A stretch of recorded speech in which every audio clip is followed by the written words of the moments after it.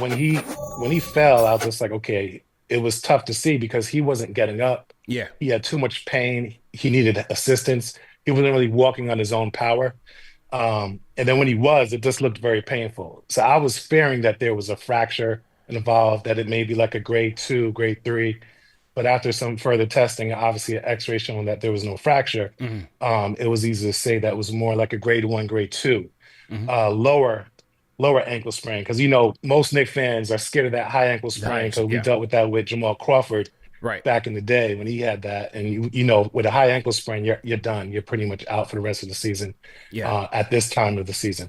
So luckily, what happened was it was more of an inversion. He rolled his ankle, Mhm. and those are usually ligaments that are involved with the ankle mortise. And the main one to be concerned about is the anterior talofibular ligament, Mhm. ATFL, we call it for short. And that one is usually the culprit that's sprained. And so a grade one injury is like if it just swells up. A grade two would be like some partial tearing. Mhm. Grade three could be like full thickness tearing as well as possibly a fracture. In this case, I believe because they gave him like a 1 to 2 week limit, Mhm. more so leaning on the 2 week to 3 week limit, Mhm. I would say this is more of a grade one.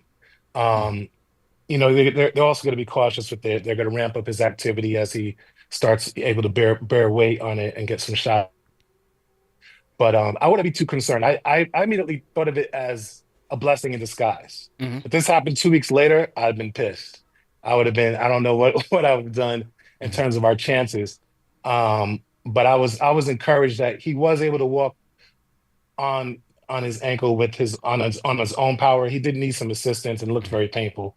But all in all, I think, you know, Mhm. Jalen will be back when we need him. Yeah, that's definitely a great sign, and as the Knicks say, hopefully by next week we'll get some updates. The way the Knicks like to do things, they like to ramp guys up, get them running, then putting some pressure on it, then getting into full 5-on-5. So we'll see what Exactly. that timeline looks like. How would you compare? Were you familiar? Because last night they're going to be playing the Golden State Warriors on Saturday. Yep. Last night, Yep. Jonathan Kuminga made his return in the Golden State game. Were you familiar with his ankle sprain? Like, how would you compare the two? Yeah, I mean, based off how long he was out since like A month. January 6th. Yeah, January, like early January, he was out with his ankle sprain. Mm-hmm. That kind of shocked me because I was just like, man, this guy's young. He's not coming back. So Mm-hmm. he's definitely like a grade two, grade three. Mm-hmm. If it was a grade three, it might be some more issues with him. So I think it's more of a grade two lower ankle sprain. I don't think it's a high ankle sprain. Mm-hmm. But I immediately thought of him as well because I was like, Mm-hmm. the Golden State Warriors going to be pretty dangerous once he comes For back and sure. they get him in the mix. So.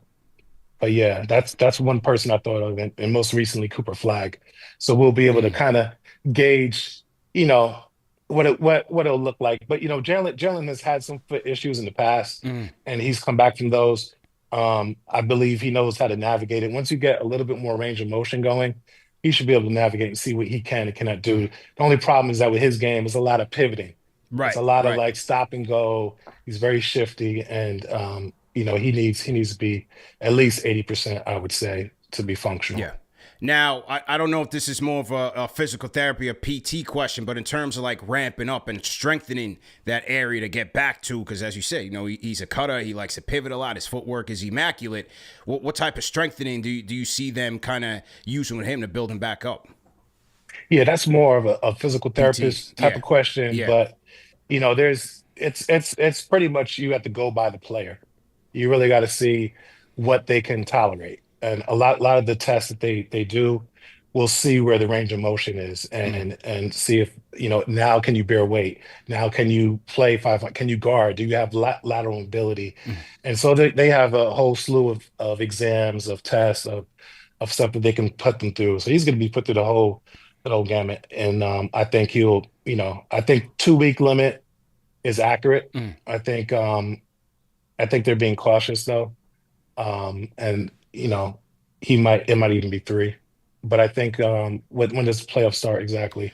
So the end of the season will be April 12th or 13th, and then the playoffs, because they've automatically qualified for the play-in, but they're not going to be there. The playoffs actually start Friday the 19th and Saturday the 20th, or Saturday the 19th and Sunday the 20th. That's Saturday, Oh Sunday yeah, of he's good. April.